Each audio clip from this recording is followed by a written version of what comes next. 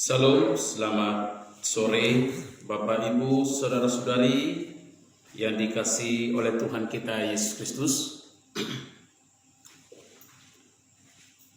Pada sore hari ini kita jumpa lagi di dalam mimbar pelayanan bersama,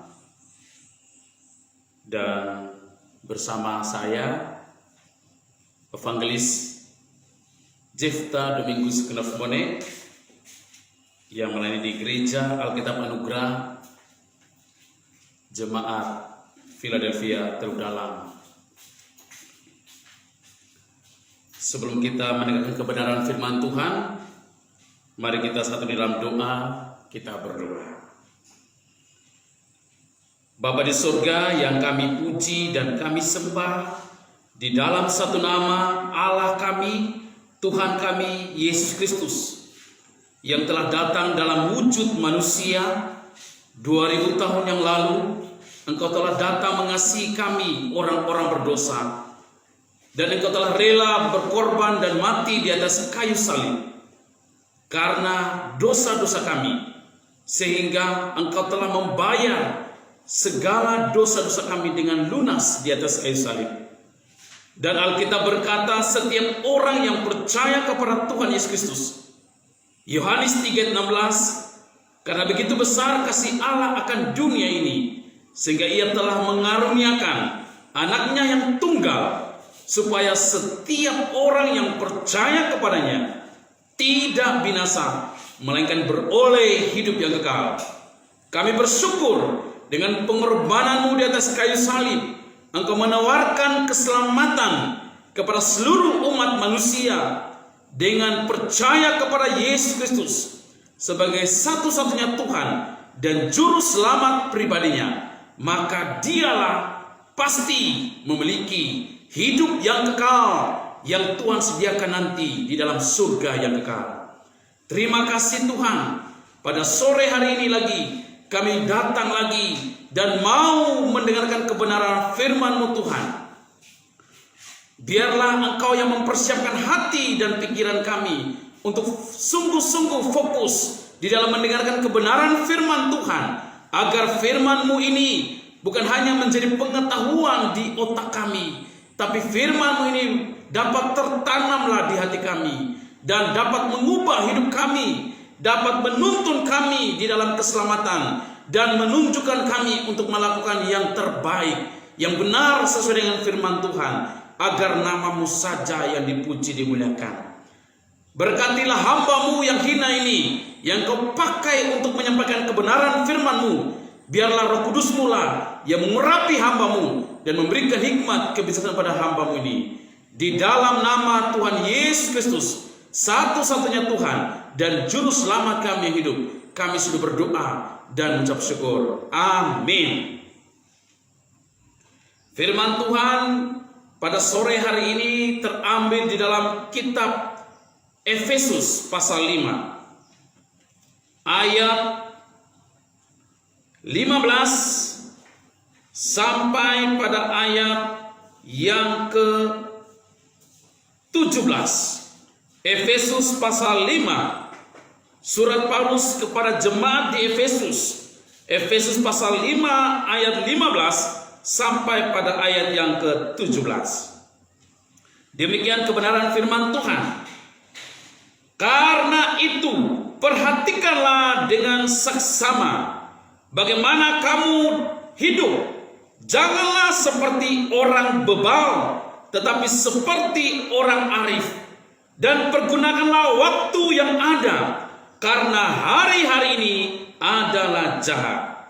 Sebab itu janganlah kamu bodoh, tetapi usahakanlah supaya kamu mengerti kehendak Tuhan. Bapak, Ibu, saudara-saudari yang diberkati oleh Tuhan kita Yesus Kristus, surat Paulus kepada jemaat di Efesus yang adalah orang-orang percaya, orang-orang yang telah menerima Yesus sebagai Tuhan dan Juru Selamat dalam hidup mereka. Kalau dalam Efesus pasal 1 ayat 1 di sana dikatakan, dari Paulus Rasul Kristus Yesus oleh kehendak Allah, kepada orang-orang kudus di Efesus, orang-orang percaya dalam Kristus Yesus. Orang-orang Efesus, kalau kita ketahui Bapak Ibu, mereka dari berbagai latar belakang, ada dari orang Yahudi dan juga ada dari orang Yunani asli, di mana orang Yahudi mereka selalu menonjolkan kepercayaan mereka. Mereka selalu menonjolkan ajaran mereka, yaitu hukum Taurat. Sedangkan orang-orang Yunani, kita tahu bahwa mereka selalu menonjolkan yang namanya kebijaksanaan, kepandaian, kepintaran. Mereka selalu menonjolkan apa yang mereka berpikir itu yang paling benar. Dan kalau jemaat Efesus adalah jemaat, kota Efesus ini adalah kota di mana adalah kota penyembahan berhala yang disebut dengan dewa, yaitu Dewi Artemis. Sehingga orang-orang Efesus, ketika Paulus melayani Tuhan, dia datang ke kota Efesus dan dia memberitakan Injil kepada orang-orang Efesus supaya mereka berbalik dari penyembahan berhala, penyembahan kepada dewa yang disebut Dewi Artemis, kepada Allah yang hidup, Sang Pencipta,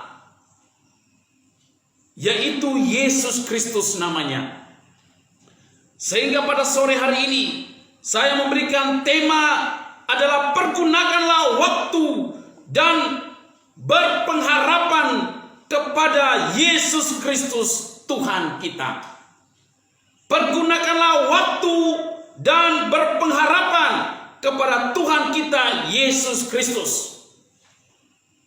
Bapak, Ibu, saudara-saudari yang dikasihi oleh Tuhan kita Yesus Kristus, saya melihat di sini Paulus menyampaikan 3 hal penting.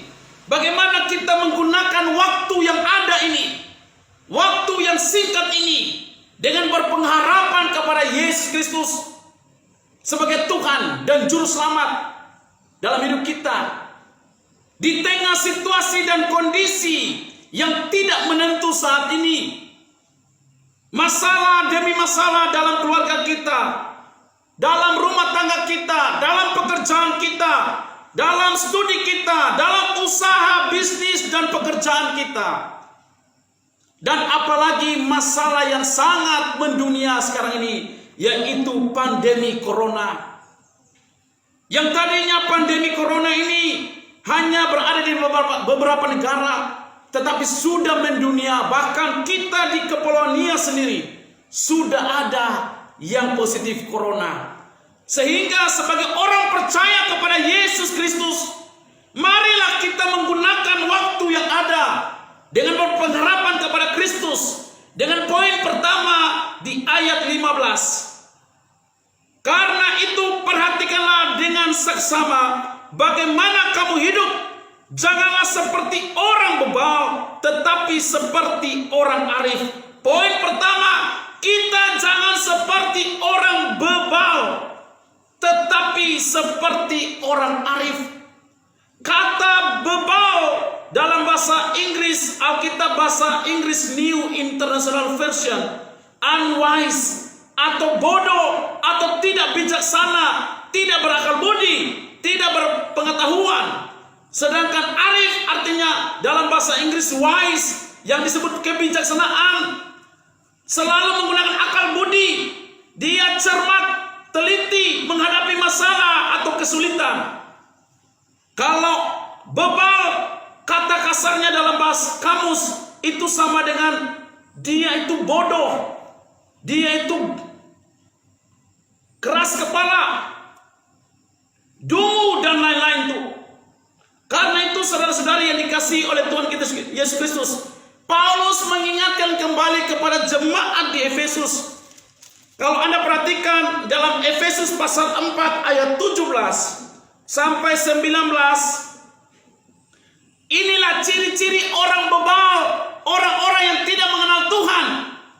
Di dalam Efesus pasal 4 ayat 17 sampai 19, sebab itu kukatakan dan kutegaskan ini kepadamu di dalam Tuhan, Jangan hidup lagi sama seperti orang-orang yang tidak mengenal Allah, dengan pikiran yang sia-sia dan pengertiannya yang gelap, jauh dari hidup persekutuan dengan Allah, karena kebodohan yang ada di dalam mereka dan karena kedegilan hati mereka. Perasaan mereka telah tumpul sehingga mereka menyerahkan diri kepada hawa nafsu dan mengerjakan dengan serakah segala macam kecemaran. Kalau di dalam kitab Mazmur pasal 14 Mazmur 14 ayat 1 sampai 3, Daud mengatakan di sana untuk pemimpin biduan dari Daud, orang bebal berkata dalam hatinya, tidak ada Allah. Busuk dan jijik perbuatan mereka, tidak ada yang berbuat baik. Tuhan memandang ke bawah dari surga kepada anak-anak manusia untuk melihat apakah ada yang berakal budi dan yang mencari Allah. Mereka semua telah menyeleweng, semuanya telah bejat, tidak ada yang berbuat baik, seorang pun tidak. Ini ciri-ciri orang bebal. Dia berkata dalam hatinya tidak ada Allah. Kalau dia berkata dalam hatinya tidak ada Allah, berarti yang dia percaya apa? Bisa saja dia percaya bahwa dirinya adalah Allah, atau dia percaya bahwa iblis itu adalah Allahnya. Karena di dunia ini tidak hanya ada dua oknum, iblis atau Allah. Kalau orang tidak percaya dalam hatinya, tidak mengakui di dalam hatinya bahwa ada Allah yang menciptakan segala alam semesta dunia ini, bahkan yang menciptakan dirinya segambar dan serupa dengan Allah, maka dia sebenarnya percaya kepada iblis. Kita tahu bersama ada orang-orang pintar seperti Charles Darwin. Dia punya teori yang mengatakan bahwa manusia itu bermula dari kera atau monyet, sehingga berubah fosil menjadi manusia. Padahal ini orang-orang pintar, tapi mereka punya pemahaman yang keliru tentang keberadaan manusia. Kita percaya orang bebal berarti tidak percaya kepada Allah. Dia tidak berbuat baik. Bagaimana dia mau percaya kepada Allah? Atau dia mau berbuat baik sedangkan dia tidak percaya kepada Allah. Dan memang Rasul Paulus mengatakan bahwa dahulu kami juga sama seperti mereka. Kalau Anda lihat dalam Efesus pasal 2 ayat 1, di sana dikatakan, kamu dahulu sudah mati, semuanya itu terjadi karena dosa. Kamu dahulu sudah mati karena pelanggaran-pelanggaran dan dosa-dosamu, dan seterusnya. Kenapa ada orang bebal? Karena dia adalah orang yang tidak percaya kepada Tuhan. Atau dengan kata lain, dia adalah orang berdosa, tidak mengenal Allah yang hidup, yang benar. Sehingga dia disebut orang berdosa, orang yang bebal. Karena itu Bapak Ibu, bagaimana orang arif? Tapi kita harus menjadi seperti orang arif, orang yang bijaksana, orang yang berakal budi. Ciri-ciri orang yang bijaksana, orang yang berakal budi, apa itu? Mari kita lihat dalam Efesus pasal 1 ayat 13. Di sana dikatakan, di dalam Dia kamu juga, karena kamu telah mendengarkan firman kebenaran, yaitu Injil keselamatanmu. Di dalam Dia kamu juga, ketika kamu percaya, dimeteraikan dengan Roh Kudus yang dijanjikannya itu. Dan di dalam kitab Efesus pasal 2 ayat 8 dan 9 berkata, sebab karena kasih karunia kamu diselamatkan oleh iman. Itu bukan hasil usahamu, tetapi pemberian Allah. Itu bukan hasil pekerjaanmu. Jangan ada orang yang memegahkan diri. Orang yang berakal budi, orang yang arif, orang yang bijaksana, berarti dia adalah orang yang sudah percaya kepada kebenaran Allah. Siapa itu kebenaran Allah?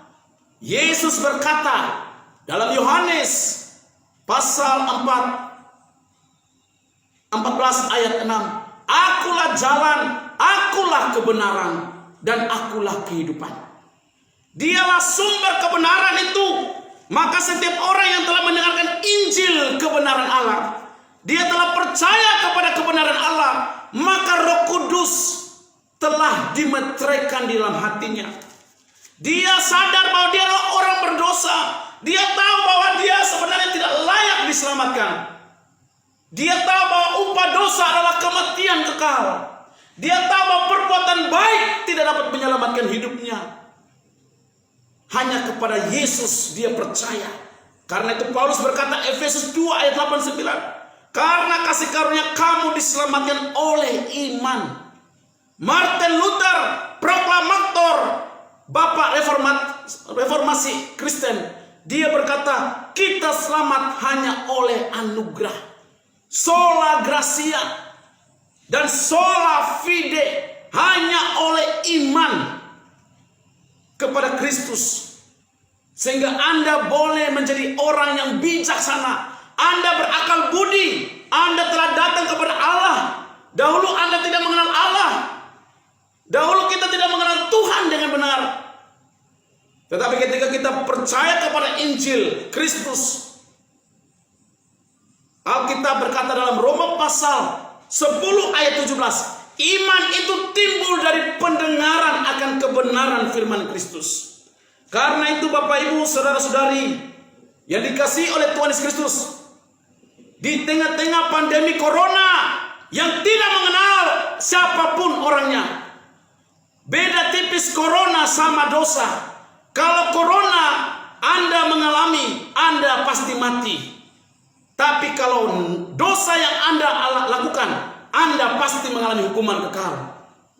Kalau corona kita mengalami kematian fisik, maka dosa yang kita lakukan, kita tidak datang kepada Tuhan, kita tidak percaya kepada Yesus sebagai Tuhan dan Juru Selamat, maka Anda sebentar lagi maut akan menjemput Anda dan hukuman kekal sedang menerima Anda di sana. Poin yang kedua, mari kita lihat dalam ayat selanjutnya, ayat 16. Dan pergunakanlah waktu yang ada, karena hari-hari ini adalah jahat. Di sana dia katakan, poin yang kedua, kita pergunakanlah waktu yang ada, Bapak Ibu saudara-saudari. Kata pergunakan adalah kata exagorazo, atau dengan kata lain, kita menebus, telah menebus, atau kita tebuslah waktu kita.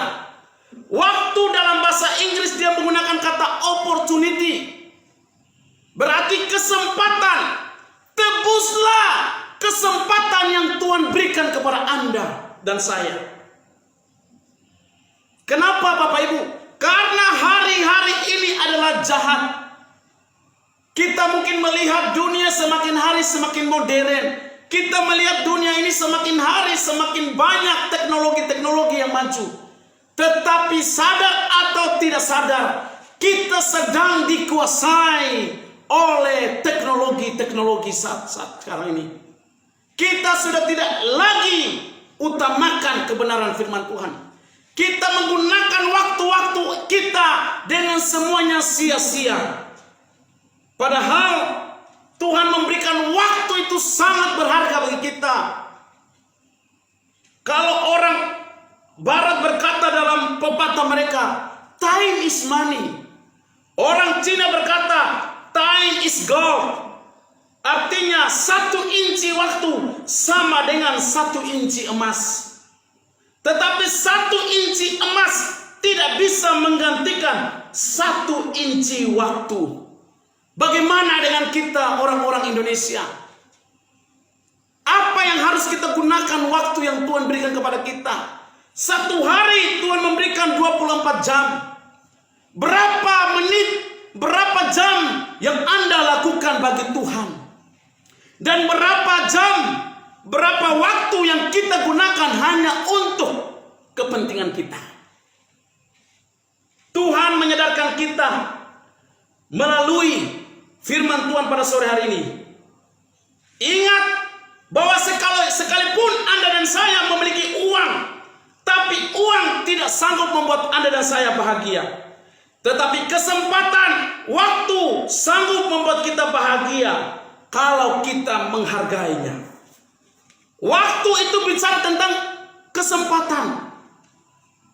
Jangan sia-siakan kesempatan yang ada. Selagi kita masih bernapas, kita masih hidup di saat-saat sekarang ini, di dalam situasi pandemi corona yang tidak menentu ini, marilah kita menjaga diri kita, mengikuti protokol kesehatan, melakukan sesuatu yang terbaik bagi Tuhan. Tuhan mengizinkan corona terjadi di negara kita, di daerah kita, agar kita sadar bahwa kita ini sebenarnya hanyalah debu. Kita ini tidak berharga kalau kita tidak sungguh-sungguh datang kepada Tuhan. Kita sadar bahwa kita ini hanya manusia biasa, hanyalah debu yang sebentar kalau Tuhan tiup, kita menjadi lenyap, kembali ke debu. Selagi waktu yang ada kita gunakan dengan baik. Ada 3 hal yang pergi dan tidak datang kembali. Yang pertama, batu yang ketika Anda lempar ke arah tujuan Anda, batu itu tidak akan kembali lagi. Kata-kata yang kita keluarkan tidak bisa kita tarik kembali. Dan kesempatan ketika Anda berbuat sesuatu yang tidak berharga, maka kesempatan itu tidak akan datang kembali. Tapi kalau kesempatan yang Anda gunakan dengan sebaik-baiknya, yang adalah kesempatan ini adalah sementara di dunia ini, Anda melakukan yang terbaik untuk Tuhan, maka Anda akan menuai nanti di surga. Waktu bicara tentang sejarah, jangan buat catatan sejarah yang rusak, tetapi buatlah catatan sejarah yang punya kualitas sehingga bisa menginspirasi banyak orang. Kalau kita bicara tentang Hitler, seorang penjahat di daerah Jerman, pemimpin yang sangat jahat, yang telah membunuh umat-umat Yahudi pada waktu itu. Dan Anda mengingat seorang yang bernama Bunda Tresia, seorang biarawati yang telah melakukan perbuatan yang benar, memperhatikan orang-orang fakir miskin, orang-orang terhina, orang-orang yang tidak layak bagi manusia, bagi dunia ini. Dia memperhatikan. Bagaimana dengan hidup kita? Apa yang akan kita tanam di dunia ini? Kita mau tanam yang baik atau kita mau tanam yang buruk? Itu kembali ke diri saya dan saudara. Pergunakanlah waktu yang ada. Yesus berada di dalam dunia ini 33 tahun. Dan dia melayani selama 3,5 tahun. Tetapi dia menggunakan setiap waktu yang ada dengan tidak sia-sia untuk Bapaknya di surga. Dia menyelesaikan semuanya di atas kayu salib. Dan dia berkata, sudah selesai. Bagaimana dengan Anda dan saya? Kita gunakan kesempatan yang ada. Jangan biarkan keinginan duniawi, keinginan daging kita mempengaruhi kita sehingga kita tidak utamakan Tuhan. Dalam keluarga kita kecil, dalam pekerjaan kita, dalam usaha kita, dalam pekerjaan kita, dalam aktivitas kita, bahkan dalam pelayanan kita. Mari kita gunakan waktu yang ada. Corona mengingatkan kita supaya kita selalu mewaspadai diri kita, supaya kita gunakan kesempatan yang ada untuk Tuhan. Yang terakhir di ayat 17, sebab itu janganlah kamu bodoh, tetapi usahakanlah supaya kamu mengerti kehendak Tuhan. Ayat 17, poin yang ketiga, kita harus mengerti kehendak Tuhan. kita harus memahami kata mengusahakan. Usahakanlah sama dengan kata understand. Kita harus mengerti, kita harus memahami, kita harus menangkap kehendak Tuhan. Kita harus mengerti keinginannya Tuhan itu apa, Bapak Ibu Saudara. Apa kehendak Tuhan dalam hidup kita sebagai orang percaya? Saya melihat ada beberapa hal penting yang kita boleh dengar. Bagaimana kita mengerti kehendak Tuhan. Di dalam kitab Injil Yohanes pasal 6 ayat 29, saya baca bagi kita. Yohanes pasal 6 ayat yang ke-29. Ayat 28 dia berkata begini. Yohanes 6 ayat 28 dan 29. Lalu kata mereka kepadanya, apakah yang harus kami perbuat supaya kami mengerjakan pekerjaan yang dikehendaki Allah? Jawab Yesus kepada mereka, inilah pekerjaan yang dikehendaki Allah, yaitu hendaklah kamu percaya kepada Dia yang telah diutus Allah. Bagaimana kita dapat mengerti kehendak Tuhan, Bapak Ibu Saudara-saudari? Yaitu kita mengenal Yesus sebagai Tuhan. Inilah pekerjaan yang dikehendaki Allah, hendaklah kamu percaya kepada Dia. Artinya kamu percaya kepada Yesus yang diutus oleh Allah. Ini penting untuk mengerti kehendak Tuhan. Banyak orang ditanya mengerti kehendak Tuhan itu apa? Oh, baca firman Tuhan dari Kejadian sampai Wahyu. Oh, kita rajin-rajin berbuat baik. Oh, kita harus begini-begini. Tetapi Alkitab mencatat sendiri, hendaklah kamu percaya kepada Dia, Yesus yang diutus oleh Allah. Gak ada gunanya kita rajin berbuat baik. Gak ada gunanya kita melakukan segala sesuatu kalau kita belum percaya kepada Yesus. Semuanya itu nol. Tidak ada yang berguna. Tapi ketika Anda sudah sungguh-sungguh datang kepada Yesus, menyadari dosamu, mengakui dosamu, percaya kepada Dia, saat itu juga Anda sudah menjadi orang percaya. Anda menjadi anak Tuhan. Dan Anda saat itu juga mulai melakukan yang benar, yang baik, yang mulia, yang suci, yang kudus, yang berkenan di hadapan Tuhan. Maka upahmu tidak akan sia-sia di surga. Yang kedua, dalam 1 Timotius pasal 2 ayat 3 dan 6. 1 Timotius pasal 2 ayat 3 dan sampai 6. Saya baca bagi kita, apa kehendak Tuhan bagi orang percaya di zaman sekarang? Itulah yang baik dan yang berkenan kepada Allah juru selamat kita, yang menghendaki supaya semua orang diselamatkan dan memperoleh pengetahuan akan kebenaran. Karena Allah itu Esa, dan Esa pula Dia yang menjadi pengantara antara Allah dan manusia, yaitu manusia Yesus Kristus yang telah menyerahkan dirinya sebagai tebusan bagi semua manusia. Itu kesaksian pada waktu yang ditentukan.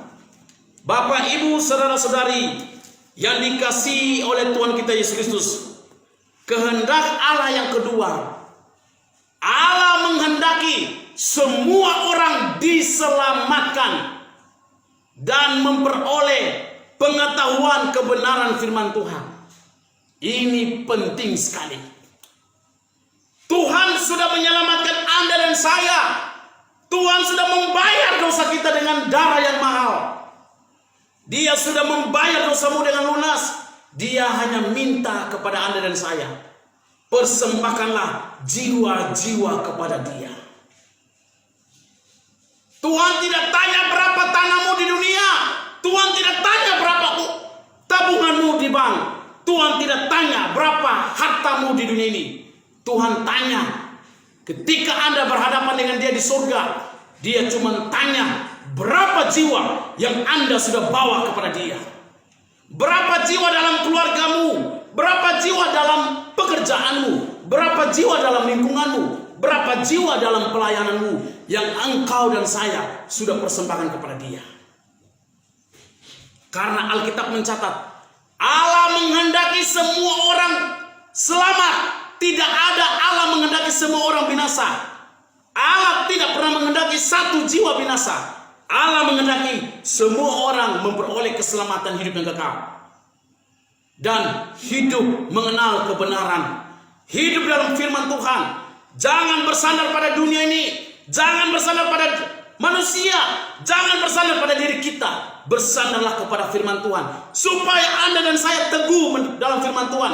Ketika ada masalah, pergumulan, sakit, penyakit, tantangan, ujian dalam hidup Anda berpegang pada firman Tuhan. Maka Alkitab berkata, dunia ini akan berlalu. Semua yang kita lihat, semua yang kita nikmati saat ini, semuanya akan sekejap lenyap dalam waktu yang singkat. Tetapi firman Tuhan kekal selama-lamanya. Kiranya kebenaran firman Tuhan pada sore hari ini, pergunakanlah waktu dan berpengharapan kepada Tuhan kita Yesus Kristus. Jangan kita seperti orang bebal, orang yang tidak percaya kepada Yesus. Tetapi marilah kita menjadi orang yang sungguh-sungguh percaya kepada Yesus Kristus. Apapun latar belakangmu, apapun kehidupanmu, apapun keyakinanmu, ketika Anda dan saya sungguh-sungguh datang kepada Yesus, dijamin oleh firman Tuhan, Anda memiliki hidup yang kekal.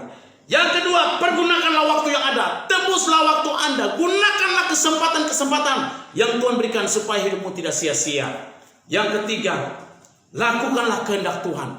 Kehendak Tuhan yang pertama, percaya kepada Dia. Yang kedua, beritakan Injil kepada jiwa-jiwa. Mungkin Anda dan saya tidak bisa memberitakan Injil. Setidaknya hartamu, uangmu yang Anda simpan di bank, yang Anda simpan di rumah, berikan bagi pekerjaan Tuhan agar banyak jiwa-jiwa dipersembahkan kepada Kristus. Kiranya kebenaran firman Tuhan menjadi berkat bagi kita semua. Amin. Kita berdoa. Bapa di sorga, kami datang di hadapan-Mu bersyukur, berterima kasih. Pada sore hari ini kami telah mendengarkan firman Tuhan, bahwa kami sebenarnya adalah orang-orang berdosa, orang-orang bebal, yang belum mengenal Tuhan dengan benar, yang dahulu berkata bahwa tidak ada Tuhan dalam hidup kami. Tetapi ketika kami percaya kepada Yesus, kami menjadi orang yang bijaksana, berakal budi. Kami adalah orang-orang yang diselamatkan bukan karena perbuatan baik, tapi karena kasih karunia-Mu melalui iman kepada Yesus. Bagi Bapak Ibu saudara-saudara yang belum percaya, Yesus mengetuk hati kita dan Dia mau masuk dalam hidup kita. Ketika Anda buka hati, terima Dia sebagai Tuhan dan Juru Selamat, Anda dan saya pasti memiliki hidup yang kekal. Ikuti doa saya bagi Anda dan saya dan saudara yang mau menerima Yesus. Katakan, Tuhan Yesus, saya orang berdosa. Saya mau menerima Engkau sebagai Tuhan dan Juru Selamat pribadi saya. Masuklah di hatiku Tuhan, sucikanlah hidupku dan tinggal selama-lamanya dalam hidupku. Di dalam nama Yesus. Tuhan, terima kasih. Kebenaran firman Tuhan yang kami sudah dengarkan, kami harus mempergunakan waktu ini dengan sebaik-baiknya. Karena waktu sekarang adalah waktu yang jahat, bukan waktu yang baik bagi kami lagi. Kami sadar bahwa dunia semakin hari bukan semakin baik tapi semakin jahat. Karena itu kami menggunakan momen-momen yang ada untuk memuliakan nama Tuhan. Dan kami juga melakukan kehendak Tuhan. Apa yang menjadi kehendak Tuhan, yaitu percaya kepada Yesus yang telah diutus oleh Allah. Dan kami harus memberitakan Injil agar jiwa-jiwa yang belum mengenal Yesus segera menerima Yesus agar mereka boleh diselamatkan juga. Terima kasih Tuhan. Berkatilah pemerintah bangsa dan negara kami Indonesia. Berkatilah masalah yang sekarang dialami oleh kami seluruh masyarakat dan bangsa Indonesia, pandemi corona bahkan seluruh dunia. Biarlah Tuhannya lah yang buka jalan, Tuhanlah yang menolong. Berkati pemerintah kami, diberikan hikmat kebijaksanaan kepada mereka dan seluruh panitia tim gugus COVID yang segera menangani masalah COVID ini. Bahkan juga para dokter, para medis yang berada di garis depan untuk bisa menolong para pasien-pasien yang positif COVID. Supaya Tuhan buka jalan, Tuhan berkati mereka, lindungi mereka. Dan banyak dokter-dokter kami, perawat-perawat kami yang juga korban di sana. Tuhan hiburkan keluarga mereka yang mereka tinggalkan. Berkati juga Kepulauan Nias yang sudah mulai positif corona Tuhan, yang sudah zona merah Tuhan. Biarlah kami Kabupaten Nias Selatan sungguh-sungguh dengan disiplin untuk melakukan protokol kesehatan, agar kami jangan sampai kami mengalami COVID ini Tuhan. Berkati pemerintah daerah 4 kabupaten dan 1 kota Madia ini, biarlah mereka kepala-kepala daerah bersinergis bekerja sama untuk mengatasi masalah virus corona ini, agar jangan sampai merembes dan bisa membuat masyarakat banyak yang korban Tuhan. Engkau tolong dan memberkati mereka. Dan terakhir kami berdoa untuk pilkada yang sebentar lagi kami akan lakukan pada tanggal 9 Desember Tuhan. Mari Engkau berkati supaya kami masyarakat Nias Selatan memilih dengan bijaksana, memilih dengan akal budi yang sehat, memilih sesuai dengan hati nurani kami, memilih pemimpin yang takut akan Tuhan dan mau memperhatikan masyarakat Nias Selatan. Berkatilah kami masyarakat Nias Selatan, pekerjaan kami, usaha kami, ekonomi kami, pembangunan dan lain sebagainya. Tuhan menolong dan memberkati supaya semakin maju Kabupaten Nias Selatan yang kami cintai ini.